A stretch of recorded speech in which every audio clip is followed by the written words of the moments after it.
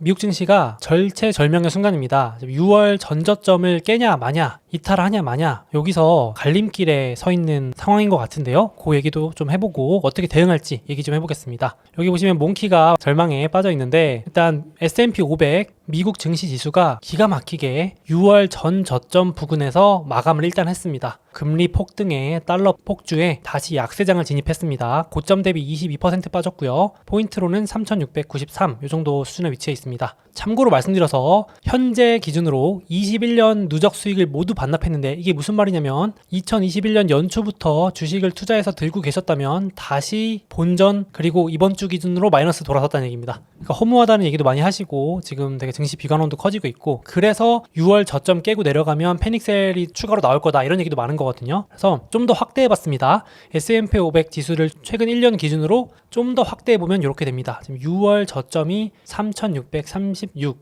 이 정도 되는데요. 장중에 일시적으로 이탈했다가 올라오긴 했으나 돌아오는 주에 분위기를 봐야 될 것 같아요. 외신에서도 기술적, 심리적 지지선인 6월 저점을 깨느냐 마느냐 정말 중요할 것 같다. 내려가면 사람들이 더 비관론적으로 바뀔 테니까요. 개인적으로는 조금 위태롭습니다. 금리와 달러가 너무 심상치가 않아가지고 조금 지켜봐야 될 것 같다고 말씀드릴 것 같은데, 일단 다우지수는 6월 저점을 먼저 이탈했습니다. 3대 지수 중에 하나인 다우지수, 특히 경기 민감성 종목들이 많이 포함되어 있는 다우지수는 6월 저점을 이탈하면서 고점 대비 19%, 상징적인 심리적인 지지선이었던 3만 포인트 이탈했습니다. 29,000포인트대로 내려갔고요. 역시나 21년 수익을 모두 반납했고, 돌아가서 20년 팬데믹 이전 고점, 즉 20년 1월 고점을 하회했습니다. 야, 이게 어마어마하게 지금 비관론이 커지면서 증시 낙폭이 커지고 있다, 이렇게 보시면 될 것 같아요. 그러니까 다우지수가 먼저 방어선이 뚫린 상황입니다. 그래서 조금 우려가 되는 부분들이 있다고 말씀도 드리고 싶고, 그리고 나스닥도 6월 저점 위에서 일단은 마감을 했습니다. 나스닥 근데 고점에서 31% 가까이 빠져 있어요. 시총 30%가 날아간 겁니다. 고점에서 내가 투자한 돈 3분의 1이 날아간 거니까 지금 어마어마한 자산 증발 효과가 일어나고 있는 거고요. 그래서 6월 저점 이탈 여부를 돌아오는 주에 꼭 확인해 봐야 될 것 같습니다. 저라면 저점을 이탈한다면 조금 더 보수적으로 대응할 것 같습니다. 그리고 지금 딱 위치가 제가 가끔씩 보여드리는 나스닥 지수의 초장기 차트, 20년 차트인데요. 여기 밑에 파란 선 보이실 겁니다. 이게 기술적으로 200주 이동평균선이라는 건데, 이게 닷컴 버블이나 금융위기 때 외에는 한 번도 요 선 밑으로 내려간 적이 없다. 그래서 엄청나게 중요한 심리적 지지선으로 불리는 선이 또 하나 있는데, 지금 거기도 도달해 있습니다. 코로나 때도 여기 이탈하지 않았고, 2018, 19년 긴축 사이클에도 지켜냈고, 15, 16년 중국발 쇼크 왔을 때도 지켜냈고, 11년 유럽발 재정위기 때도 지켜냈고, 다만 침체나 시스템적 위기를 불러오는 금융위기나 닷컴버블 같은 정말 역대급 사건이 오면 여기 이탈을 한 사례가 있어서 지금 중요하게 보고 있습니다. 그러니까 월가에서도 침체가 안 오면 여기를 지킬 것 같은데, 지금 증시 분위기 상으로는 침체가 온다고 봐야 되지 않을까 개인적으로 저는 생각을 하고 있습니다. 그래서 조금 위태위태한 상황입니다. 기술적으로 그렇다는 얘기고요. 그래서 현재 역시 연준의 금리 인상으로 인해서, 긴축으로 인해서 킹달러, 정말 달러가 미친 듯이 올라가고 있고요. 금리도 폭주하고 있습니다. 천장이 뚫렸습니다. 이번 주 내내 올랐고요. 폭주하고 있어서 지금 여기 그림에도 보시면 다우지수 경기 민감 침체 우려 때문에 먼저 저점 이탈, 나스닥, S&P 500도 휘청휘청하고 있는 그림이 잘 표현되어 있습니다. 그래서 먼저 보여드리면, 제가 가장 중요하게 여기는 판단 지표인 시장 금리, 미국 10년 금리를 저는 1순위로 본다고 말씀드렸습니다. 미국 10년 금리가 전 고점을 돌파하고 있으므로 저는 좀 부정적으로 보고 있습니다. 그래서 아쉽게도 조금 지켜보자 이 얘기를 하고 있고요. 저는 추가 매수는 약간 못하고 있는 상황이고, 달러도 전 고점, 제가 제일 중요하게 생각하는 1, 2순위 지표가 모두 최악을 향해서 가고 있습니다. 그래서 좋지 않은 상황.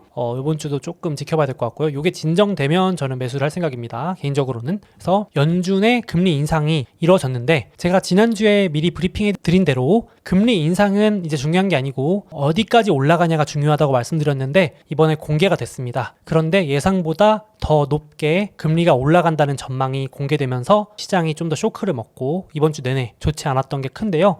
제가 잠깐만 말씀드리면, 연준 위원들 19명이 점을 찍어서 경제 전망 그리고 금리 인상 경로, 금리가 어느 정도가 적정하다는 투표를 찍은 종이가 점도표입니다. 그런데 올해 말까지 당장 4.4까지 올려야 된다고 했고요. 6월 달에 공개된 자료에 따르면 3.4%가 올 연말 금리 고점이었는데 무려 1%포인트나 올라간 겁니다. 3개월 만에요.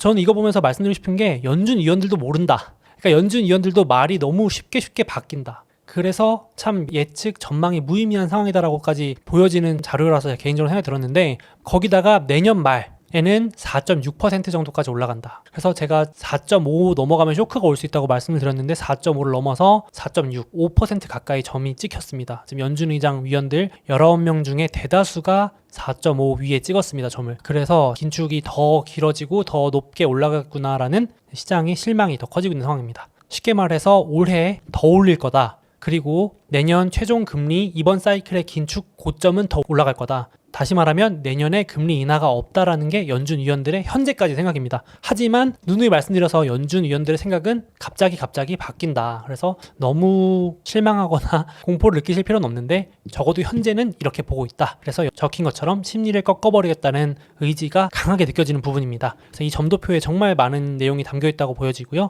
그래서 잠깐 정리해드리면 이제 무려 미국의 기준금리가 3.25%에 도달했습니다. 와, 진짜 이것도 높은 숫자인데 11월에 자이언트 스텝을 하면 4%에 도달하고요. 12월에 빅 스텝을 하면 4.5. 최소 4.25에서 4.5까지 간다는 게 연준이 공식적으로 점 찍은 전망입니다. 어마어마한 것 같습니다. 미국의 기준금리가 4.25에서 4.5를 가면 도대체 다른 나라들의 금리는 얼마가 적정이고 투자할 만한 자산들의 기대 수익률은 얼마나 높아야 될까 이 생각이 계속 들고요. 그리고 거기서 끝이 아니고 내년 2월에 한 번 더 올려서 4.75 정도가 지금 금리 고점, 그러니까 4.5에서 4.75 사이. 물론 이 중간에 돌발 변수가 생겨서 예상치 못한 이벤트가 생겨서 혹은 경기가 생각보다 나빠지거나 물가가 생각보다 빨리 잡힌다면 바뀌겠지만 지금은 그렇다는 얘기입니다. 계산해보니까 현재 3.25에서 무려 150bp, 즉 1.5%포인트가 더 올라가야 됩니다. 와, 엄청난 숫자입니다. 저는 연말까지 4% 정도면 충분하다 뭐 이렇게 기대하고 있었는데 그래서 긴축 다 왔네라고 월가도 생각하고 있었던 건데 다 온 게 아니고 한참 남았다 이렇게 실망이 커지고 있는 상황입니다. 그래서 조금 증시가 실망을 한 부분이 있고요. 여기도 보시면 연준의 금리 경로가 6개월 전, 3개월 전, 2개월 전, 1개월 전에서 지금 계속 높아지면서 이렇게 4.5에서 4.75까지 갔다가 이렇게 더 길게 더 높이 정말 언제 끝나냐 이런 생각이 차라리 요즘 구독자분들도 빨리 좀 끝내라 차라리 빨리 올리고 빨리 내리자 혹은 쇼크를 줘서 빨리 끝내자라고까지 말하시는 분이 많으실 정도로 지치는 상황입니다. 정말 지칩니다. 이 금리 언제까지 올릴지 그런 상황이고요. 그러다 보니까 이제 기준금리 전망이 올라가니까 시장 금리가 폭주하고 있습니다. 폭주라는 말을 해도 전혀 이상할 것 같지 않습니다. 보면서 제가 실시간으로 이게 미쳤나 이게 진짜 말이 되나 싶을 정도였는데요. 미국의 기준금리가 3.25 가고 파란색입니다. 그리고 그거보다 조금 더 빨리 움직이는 미국 2년물 단기 금리가 4.2 돌파했습니다. 올해 연말 4.5까지 갈 수도 있다는 우려 때문이겠죠. 폭주하고 있습니다. 이거 보시면 이미 지난 사이클은 넘었고요. 금융위기 전 최고 금리니까 최근 10년 동안 보지 못했던 시장 금리에 도달하고 있습니다.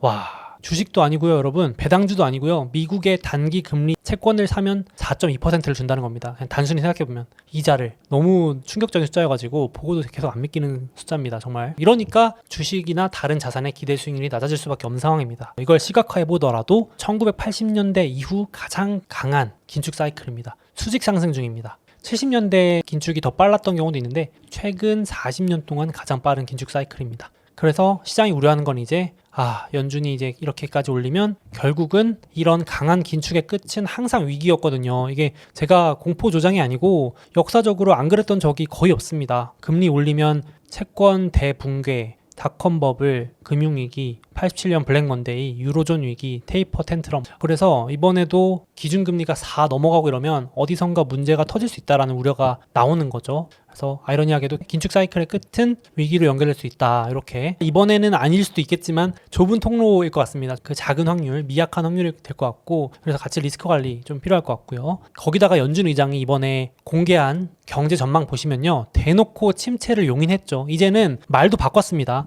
여러분 연준 의장이 미세하게 말 바꾸는 거 보시면 이게 느낌이 오거든요. 불과 연준 의장이 몇 개월 전만 해도 연착륙, 즉 미국 경제가 큰 침체 없이 덜커덩거리지 않고 잘 착륙할 수 있다라고 발언했던 사람입니다. 근데 이번 주에 발표하면서 뭐라 그러냐면은 침체가 올지 만약에 온다면 얼마나 클지 아무도 모른다고 말을 바꿨습니다. 전 이거 보면서 이제 사실 대놓고 그냥 침체 크게 온다라고 사실상 연준 의장이 말한 거나 다름이 없다라고 느껴졌거든요. 이제는 불과 3개월 전만 해도 연착륙으로 1994년 사이클처럼 아주 정교하게 경착륙을 막아낼 수 있다. 미국 경제는 강하다 그랬는데 이제 그런 말 싹 뺐습니다. 말 바꿨고요. 그리고 아예 여기 경제 전망 찍은 거 보시면 실업률이 높아질 걸 각오하고 있습니다. 실업률이 지금 3.7, 3.6에 있는데 4.4까지 공격적으로 올라갈 걸 이미 연준도 알고 있습니다. 그러니까 실업률을 의도적으로 실업자를 양산해서라도 물가 잡겠다라고 대놓고 숫자를 써놓은 거고요. 성장률도 의도적으로 장기 평균보다 낮게 유지하겠다. 직접 말까지 했죠. 미국의 경제 성장률을 의도적으로 추세보다 일시적으로 낮게 해서 물가를 잡겠다. 이걸 쉽게 말해서 경제 박살을 내겠다는 얘기를 이번 주에 한 거나 다름이 없어서 저는 정말 충격적이었습니다. 그래서 일단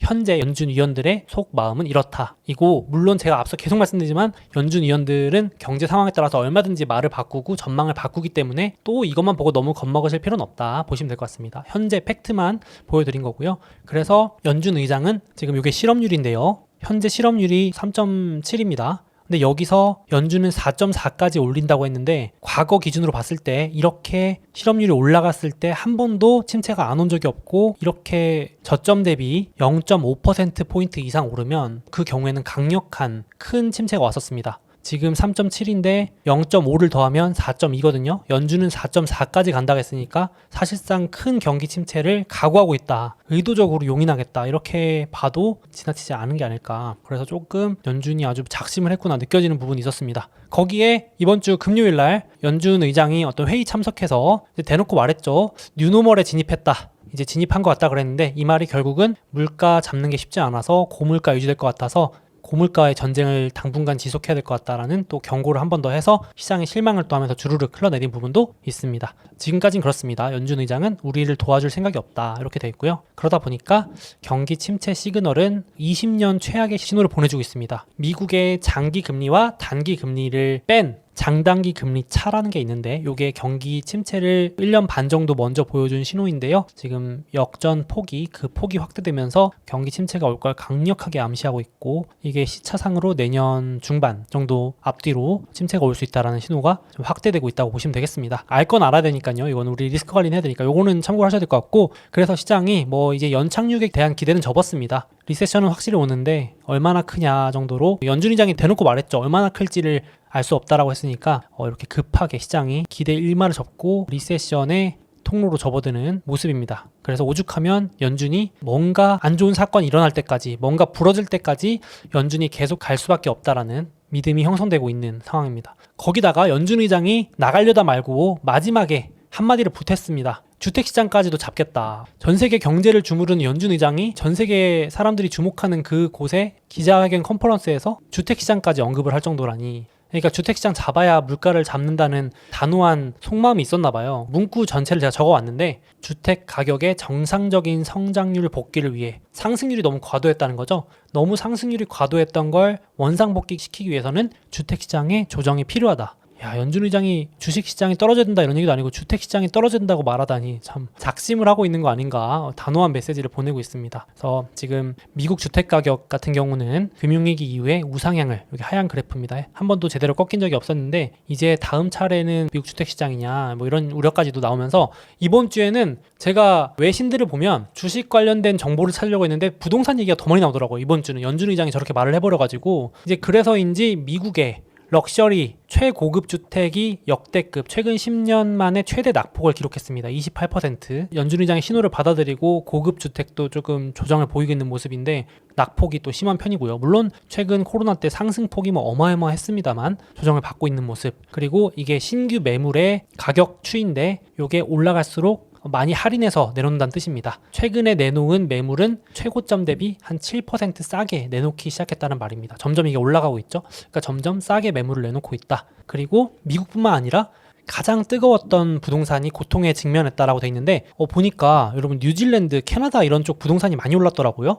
보시면 뉴질랜드의 대도시, 뭐 캐나다의 토론토 이렇게 대표 도시들인데 야, 뉴질랜드가 먼저 피크 찍고 상승률이 내려가고 있고 캐나다도 최근에 상승률 둔화되고 있다. 호주 이런 데도 부동산이 핫했나 봐요. 이렇게 둔화되고 있다고 합니다. 지금 전 세계가 주택시장도 상승세가 좀 둔화되는 모습을 보여주고 있습니다. 전 세계의 유동성을 좌우지하는 연준의장이 저렇게 말할 정도니까 지금 이겨낼 재간이 없는 것 같습니다. 이렇게 해야 인플레도 잡힌다고 보는 것 같고요. 거기에 뭐 시장 금리가 급등하면서 주택담보대출 금리죠. 부동산 살려면 빌려야 되는 금리도 덩달아서 10년 최고치를 돌파하고 있습니다. 제가 오늘 이 영상 찍기 전에도 들어가서 확인해봤는데 6.5도 돌파했더라고요. 와, 미국의 주택을 살려고 빌리는 기준 되는 담보금리가 6.5%랍니다. 어마어마합니다, 진짜. 불과 1년 전에는 3%도 안 했었는데요. 야, 진짜 이러면은 누가 집 살 수 있을까요? 심리가 엄청나게 냉각되고 있고요. 연준이 이제 이쪽까지 다 간섭을 하고 있습니다. 거기에 골드만삭스 같은 기관들도 급격히 주택시장 전망, 올해랑 내년까지 하락세 돌아설 것 같다라고 전망을 낮추고 있습니다. 그래서 이렇게 조금 물가를 잡으려고 전투적으로 나오고 있는 입장이고요. 주택 가격이 상승세에서 둔화되거나 떨어지면 소비도 위축되고 그러면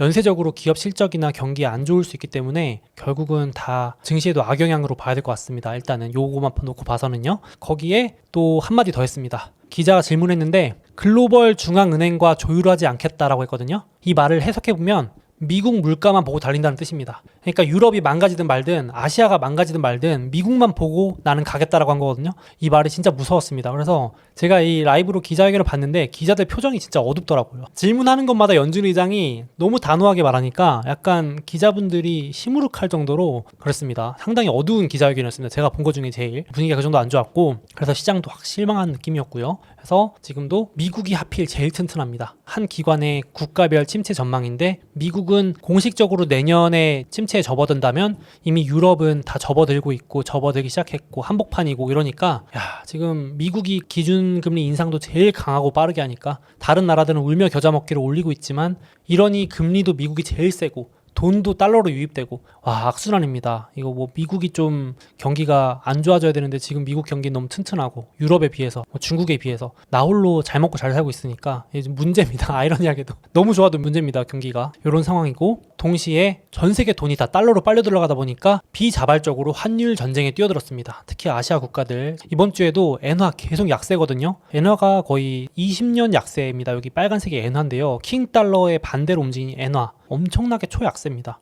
그래서 이번에 일본 은행 총재가 개입한다 그랬는데 문제가 뭐냐면요. 개입할 수도 있지 않냐 그랬는데 이 일본이 여러분 참고로 미국 채권을 가장 많이 보유하고 있어요. 전 세계에서 미국 채권을 가장 많이 보유한 나라가 일본입니다. 그래서 일본은 먹고 사는데 끄떡 없다는 얘기도 나오잖아요. 1등이 일본이고요. 2등이 중국입니다. 그래서 이렇게 환율 전쟁이 지속되면 문제가 뭐냐면 일본이 만약에 총알이 다 떨어지기 시작하면 보유하고 있던 미국의 채권을 매도해서 이제 환율 방어해야 됩니다. 이미 한국, 중국, 일본 다 미국 채권 매도에 들어갔습니다. 미국 채권 매도가 뭐가 문제냐? 채권을 매도하면 채권이 시장에 많이 나오고 그래서 가격이 하락하면 반대로 금리는 상승하기 때문에 미국의 금리는 더 상승할 수 있습니다. 악순환입니다. 그러면 미국의 금리가 상승하면 달러는 더 올라가기 때문에 완전 악순환의 고리입니다. 이게 그래서 다시 보시면 이게 일본의 미국 채권 보유 흐름인데 올해 들어서 매도를 시작했습니다. 중국은 이미 팔기 시작했고요.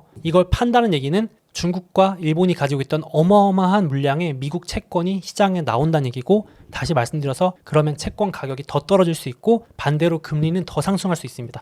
그래서 이번 주에 일본이 개입하면서 미국채를 던져서 금리가 더 올랐다라는 얘기도 있습니다. 악순환이죠. 야, 이래서 채권 지금 들고 계신 분들은 폭락 중이거든요. 전저점 깨면서 금리도 폭등하고 그래서 요게 지금 쉽게 생각해서 킹달러 진정이 안 되면 모든 금융시장이 악순환입니다. 그래서 근육질의 킹달러가 전 세계 통화들 다 앞지르고 지금 혼자 독식하고 있습니다. 이 분위기가 당분간 바뀔 수 있는 뭔가 이벤트가 있지 않는 한은 어려워서 원래 달러가 진정되는 게 이제 긴축이 좀 완화돼야 된다고 생각했는데 당분간은 전 세계 국가들이 비자발적으로 나는 하고 싶지 않은데 해도 환율 전쟁에 참여하게 됐습니다. 이 거대한 환율 전쟁 게임에 강제 참여했기 때문에 무조건 환율 방어를 위해서 돈을 투입해야 되는 상황에 와버렸습니다. 그래서 좀 걱정이 되고 금리 상승 요인이 된다.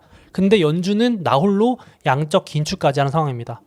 제가 정리하면서도 뭐 이렇게 금리가 올라가고 달러가 올라갈 수밖에 없는 요인이 많은지 연준이 가지고 있는 막대한 보유 자산을 시장에 내놓으면 그 말인즉 채권을 판다는 말이고 채권 가격이 하락하면 반대로 금리가 상승하므로 지금 시장에 미국도 채권 사줄 사람이 없고 일본도 중국도 한국도 전 세계에서 미국채를 사줄 사람이 없다라고 봐도 과언이 아니라서 채권은 떨어지고 금리는 오르는 이런 상황이 지금은 현재 일어나고 있습니다. 앞으로는 바뀔 수 있겠지만요. 지금 이렇습니다. 악순환. 그래서 지금까지 소개해드린 연유들로 인해서 미국 10년 금리와 2년 금리 각각 검은색 빨간색인데 폭등하고 있습니다. 미국 10년 금리는 3.7, 3.8까지도 갔었고 2년 금리는 4.2 돌파도 했었습니다. 그러니까 금리와 반대로 움직이는 채권. 댓글에 채권도 물어보시던데요. 이거 한번 차트 보실까요? 미국 장기 채권 대표 ETF인 TLT 아마 보유하신 분도 있고 보유를 고려하신 분도 있고 하실 텐데 미국 장기 채권 TLT의 20년 차트를 갖고 왔습니다. 장기 상승 추세가 이탈됐죠. 그러니까 이제 금리도 장기 하락 추세가 이탈되면서 올라가기 시작하니까 금리가 내려갈 땐 채권이 오르고 금리가 올라갈 땐 채권이 빠집니다. 반대로. 그래서 앞서 말씀드린 요인으로 인해서 이번 주에 특히 금리 폭등, 채권 가격 폭락, 전 저점을 이탈했습니다. 그래서 제가 이제 단기적으로 말씀드리고 싶은 거는 금리가 안정되는 것 좀 보고 채권 매입을 해도 괜찮고 채권도 좋은 자산 배분 수단이잖아요. 근데 지금 상당히 변동폭이 크고 패닉셀 나오다시피 하고 있습니다. 그렇게 되고 요게 진정이 돼야 주식도 좀 안정세가 찾아올 수 있고 이렇게 저는 판단을 하고 있습니다. 당분간은 브레이크가 고장나 버린 상황입니다. 그래서 킹달러 금리 폭주가 안정돼야 될 필요성이 있다. 계속 강조를 드리고 싶습니다. 거기다가 아시아만 그런 게 아니고 이번 주 유럽도 난리였습니다. 지금 유럽이 너무 정신이 없는 상황인데요. 일단 경제적으로 유럽의 경기를 선행해서 알려주는 지표 제가 한 번씩 소개해드렸는데 제조업 지수 PMI 지수라는 게 있습니다. 매달 발표되는데 20개월 연속 하락. 유럽 경기 안 좋은 거야 저희가 다 알고 있지만 실제로 예상보다 더 안 좋게 급락을 하면서 20개월 연속 하락을 하고 있습니다. 그러니까 이제 유럽 경기 심각하다. 독일은 더 심각하거든요. 폭락 중입니다. 그래서 독일이 또 제조업 강국이기 때문에 제조 지수에 민감한데 그러니까 저 지수 발표내고 나서 빨간색 유로 폭락 그 돈이 다 달러로 갑니다. 달러 급등. 그래서 정확히 데칼코마니처럼 움직이는데 유로 20년 최저치, 달러 20년 최고치 완전히 다른 길을 가고 있습니다. 유럽에서 돈 빠져서 다 달러로 간다고 보시면 되겠습니다. 미국으로 너도 나도. 그래서 킹달러 유지 중이고 한국도 제가 영상을 찍는 이 시점에 역외 환율, 장외 환율에서 1420원 돌파까지 했습니다. 원화 지금 남나라 걱정할 게 아닌 게 원달러 환율이 1400원을 넘어 1420원 이거 지금 위에 뚜껑이 뚫려가지고 어디까지 갈지 정말 예측이 모르겠습니다. 단기간 그렇습니다. 그렇게 되고요. 그래서 뭐 유럽도 이게 참 묻지 못할 그림인데 올해 봄 전쟁 터질 때 러시아 제재해야 된다 이러면서 나무 판때기 들고 항의했는데 올 겨울에는 이 나무 판때기 들고 추위에 떨면서 난로로 써야 된다 이런 얘기까지 나올 정도로 지금 유럽은 위기에 처했다 이런 얘기도 많이 나오고 있죠. 정신없는 상황이고 거기에 이번 주 유럽 이슈들이 많은데 일단 영국에서 새로 9월 달에 총리가 선임됐죠. 리즈 트러스라는 여기 영국의 총리가 취임하자마자 사실상 돈 풀기 정책, 그러니까 돈 찍어내기 정책을 펼치면서 파운드화, 영국의 화폐가 폭락하고 또 그 돈이 달러로 가는데 더 기여를 했습니다.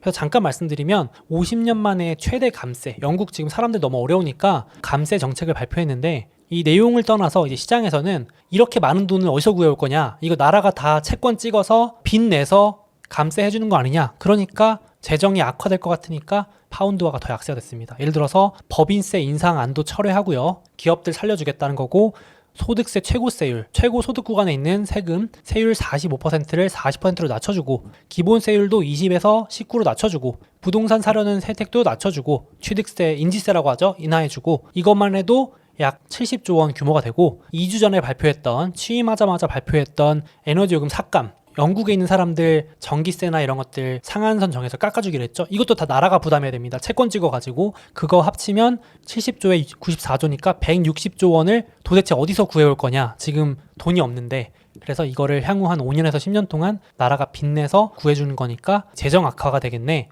이렇게 시장이 보고 이 발표 후에 파운드 약세, 그러니까 자금 이탈하면서 영국에서 돈이 빠져나가서 달러로 가고 대규모로 채권을 찍어낼 거란 우려에 채권이 찍어내면 채권이 시장에 너무 많이 풀리는 거고, 그럼 채권 가격이 하락하니까 영국의 금리도 급등. 이렇게 악순환이 펼쳐지고 있습니다. 그래서 지금 야당에서는 말도 안 되는 예산이고 뭐 터무니없는 예산 아니다, 뭐 이렇게 비판을 하고 있는 상황입니다. 그래서 영국도 혼란스럽고요. 거기에 오늘 영상을 제가 찍는 시점에 지금 유럽에서 투표가 될 텐데 이탈리아에서도 차기 총리 후보가 결정이 되는데요. 뭐 이탈리아까지 우리가 봐야 되냐 하실 수 있는데, 이쪽에 지금 예상되는 지지율 1위 정당 대표가 여기 멜로니 총리인데요. 제가 그렇게 말한 게 아니라 보시면 유럽에서 가장 위험한 여성이라면서 소개가 될 정도로 되게 강경파입니다. 강경파. 그래서 이 분이 당선되면 되면 유럽연합에 분열이 올 수 있고 혼란을 초래할 수 있다. 이렇게까지 이제 지금 유럽에서 또 전 세계에서 주목해서 보고 있습니다. 그래서 이분이 칠러 성향이에요. 그러면 이제 유럽의 제재가 안 먹혀들 가능성이 있고 지금 또 이탈리아 국민들이 분노가 많다고 합니다. 분열이 돼 있죠. 그래서 우선주의, 이탈리아 우선주의,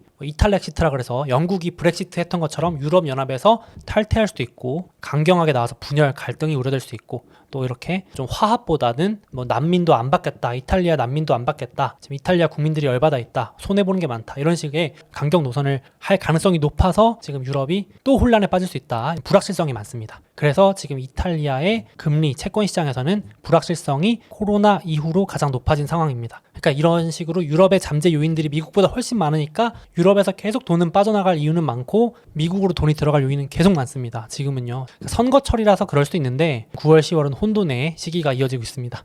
거기에 뭐 이번 주에 빅 이슈는 이거죠. 러시아 푸틴이 2차 세계대전 이후 첫 동원령 징집 명령을 내렸습니다. 거기에 핵 사용 언급까지 하면서 물론 금융시장에서는 이거 뻥카다. 뭐 푸틴이 이제 다급하니까 더 그러는 거다라는 얘기가 나와 있지만 그래도 잠재 불확실성은 있습니다. 야, 보니까 참 여기 젊은 러시아인들이 국가적으로 시위하니까 진압하는 모습이고요. 요거는 탈출 러시. 러시아에서 전 국경으로 다 도망가는, 러시아를 떠나려고 하는 모습입니다. 야, 그래서 러시아인들도 설마 했나봐요. 이런 거 보면은 에이 뭐 군인들이 알아서 하겠지라고 남일처럼 생각하다가 지금 막상 닥치니까 이제 본격적으로 시위하고 항의하고 도망가고 하는 것 같습니다. 일단은 시장에서는 여기 좀 우스갯소리로 푸틴 할아버지가 나 핵무기 쓸 거다, 허풍 아니다 하니까 여기 요양에 도움 주시는 분께서 아이고 푸틴 할아버지 알겠습니다, 맨날 하시는 말씀 하시네, 어서 들어가서 주무세요, 약간 이러면서 약간 놀리는 듯한 금융시장이 바라보는 푸틴의 이미지라는 거죠. 뭐 허풍 블러핑이다 이런 얘기를 하고 있는데 현재 상황은 혼란스럽습니다. 일단 러시아를 떠나는 법이 구글에서 폭증하고 있다. 이것도 좀 인상 깊었고요.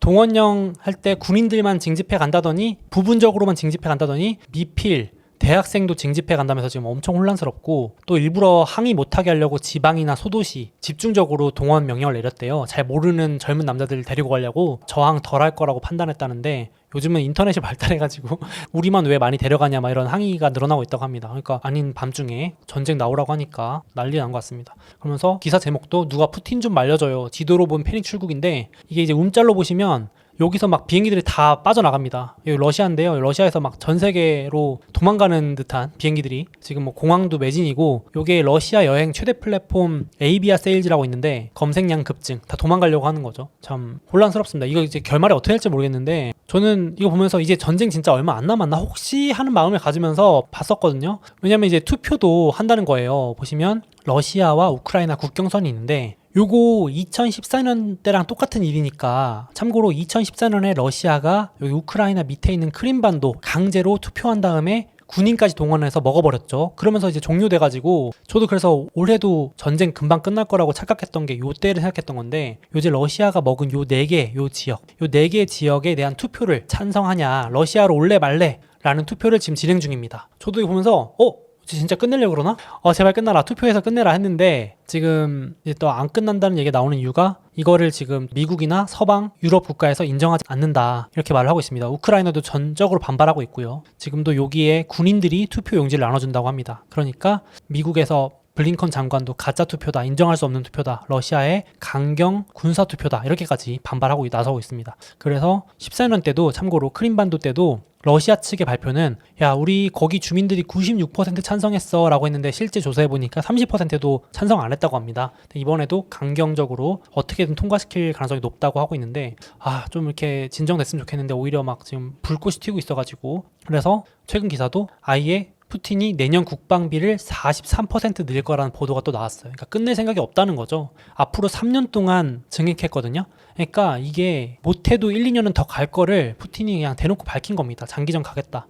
뭐 투표 저렇게 해서 끝나는 게 아니고 아쉽게도 국방비 지출 계획을 블룸버그가 조사를 해서 발표한 거 보니까 5조 루블, 약 200조 원인데 기존 예산안보다 43% 늘렸습니다. 뭐 끝낼 생각이 없다는 거죠. 이런 거 보면은 이 기대는 조금 접어들 수도 있을 것 같고 전쟁이 끝나면서 뭔가 급격한 변수가 나올 거라는 기대는 좀 많이 줄어들고 있고 오히려 더 혼란스럽습니다. 왜냐하면 지금 미국도 반발하고 유럽도 반발하고 있으니까. 그래서 블링컨 장관이 앞서 말씀드렸지만 눈앞에서 국제 질서가 조각났다, 가짜 투표 인정할 수 없다, 유럽은 8차 제재, 야, 무슨 제재가 8차까지 있나요? 한 번에 좀 하지. 그러니까 이번에 8차 제재. 그러니까 푸틴도 가만히 안 있죠. 제재할 때마다 반박하는 게 러시아니까 지금 뭐 미국, 유럽, 러시아 관계는 계속 이렇게 긴장 상태로 유지될 것 같습니다. 참고로 지금 러시아군들 사기는 바닥이라는 얘기 나오는데 이거 보셨어요? 당근마켓 한대요, 러시아 군인들이. 그러니까 러시아 군인들이 사기도 안 좋고 별로 전쟁해야 되는 명분도 약하고 하니까 우크라 군인들한테 탱크나 장갑차 무기 팔고 도망간대요. 탱크 5만 달러, 장갑차 5천 달러 이런 거 팔고 어차피 3년 동안 받을 월급에 해당하니까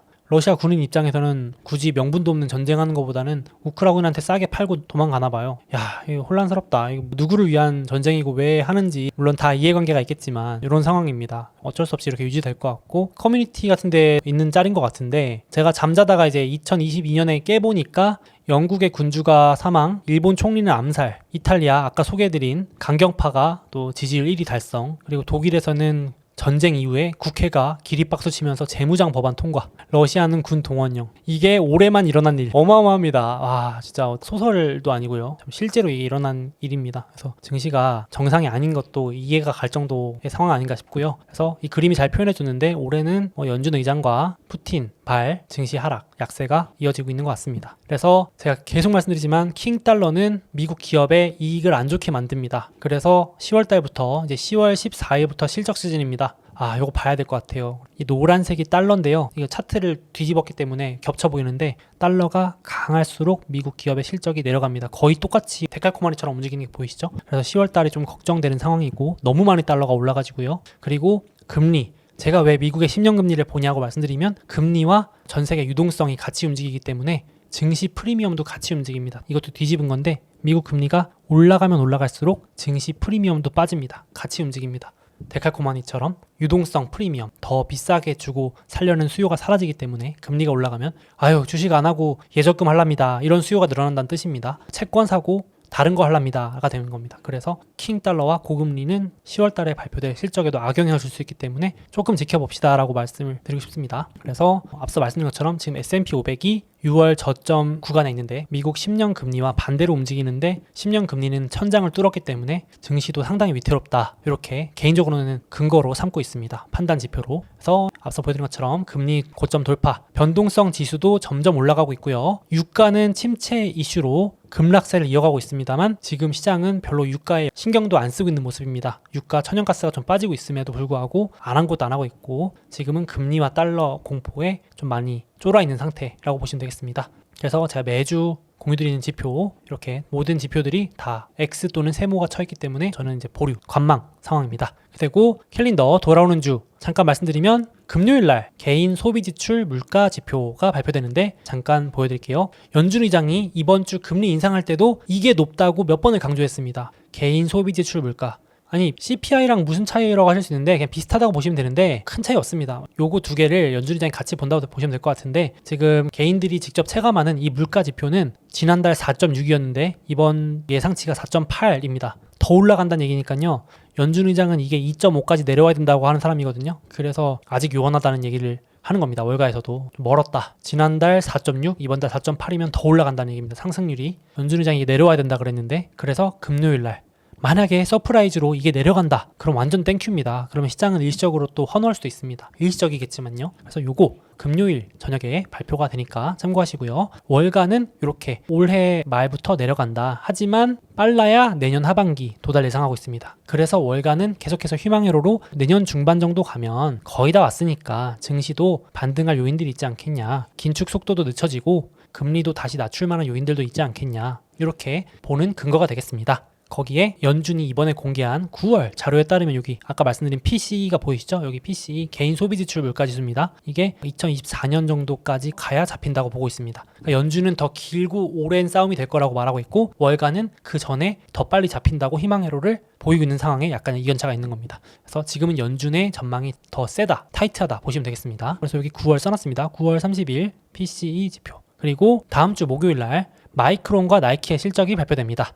마이크론이라는 반도체 기업이 있습니다. 지금 한국도 그렇고 뭐 엔비디아도 그렇고 반도체 주식들 박살 중인데요. 마이크론도 6월 저점 이탈 먼저 하고 있습니다. 여기 조그맣게 넣었는데요. 메모리 반도체 가격 지수가 계속 내려가고 있기 때문에 요거 D램 가격들이 폭락을 하면서 삼성도 어렵다 얘기하고 있잖아요. 삼성 하이닉스 경쟁사인데 이거는 당분간 어렵고, 경기, 반도체가 경기 또 선행지표인데 전 세계 경기도 아직도 둔화세가 이어지고 있기 때문에 반도체 가격도 그렇고 경기 전망도 어둡고 해서 당분간 조금 그렇습니다. 그래서 요거 마이크론 실적이 혹시라도 뭐 잘 나와준다거나 가이던스 전망치를 높여준다면 증시도 또 환호할 수 있는데, 아니라면 또 조금 우울해할 수 있는 지표가 마이크론 목요일 장 마감하고 발표됩니다. 애프터마켓에서요. 그리고 나이키도 6월 저점을 깨고 들어가고 있습니다. 그러니까 진짜 미국 소비가 꺾인다라고 보니까 지금 나이키도 못 버티고 내려가고 있습니다. 지난번 실적 때 참고로 나이키가 중국에서 박살이었는데 미국이 잘 방어해줘서 살았거든요. 근데 이제는 미국도 소비가 줄 거라는 우려가 끼면서 결국은 목표 주가가 낮아지고 있는 모습입니다. 그래서 이번 실적을 보시고 미국 소비가 견고한지 아닌지, 중국처럼 꺾이는지, 혹은 중국 소비가 반등하는지를 참고하시면 될 것 같습니다. 이것도 장 마감 후 발표입니다.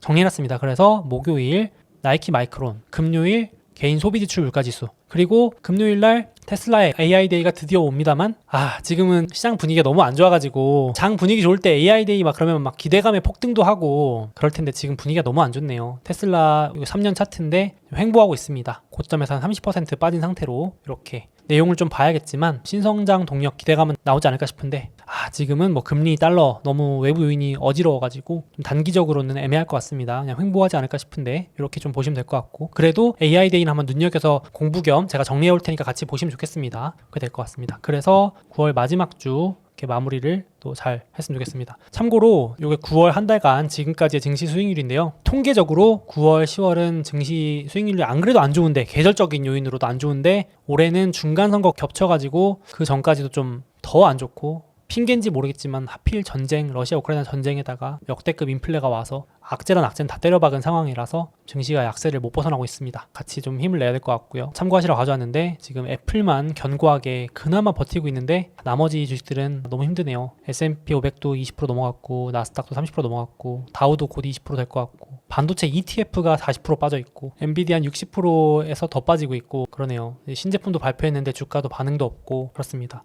그래서 외부 이슈가 안정될 때까지는 조금만 같이 지켜보는 걸로 하면 좋겠습니다. 잠깐, 제 책과 해외 주식 수수료 할인을 받을 수 있는 이벤트를 진행하고 있으니 주목해주세요. 이베스트증권 계좌 개설하실 때 이벤트 코드에 소우몽 입력해주시고 해외 주식 딱 100만원 이상 거래해주시는 모든 분들께 제 책을 증정해드립니다. 자, 꿀팁입니다. 50만원어치 주식을 샀다가 50만원어치를 팔면 바로 100만원 거래 금액이 채워지겠죠? 이건 우리끼리만 아는 비밀로 하시죠. 또 수수료 할인 이벤트도 진행하고 있으니 별도로 신청하시면 0.07%로 우대받으실 수 있습니다. 당연히 실시간 시세도 무료로 제공됩니다. 이미 타사에서 해외 주식을 하고 계신 분들도 있으시죠? 그 해외 주식을 이베스트 증권으로 옮기시면 현금을 드리는 이벤트도 진행하고 있다고 합니다. 아직 미국 주식을 시작하지 않으셨거나 추가로 계좌 개설하실 분들은 이런 혜택 누리시면서 투자하시면 더욱 좋을 것 같습니다.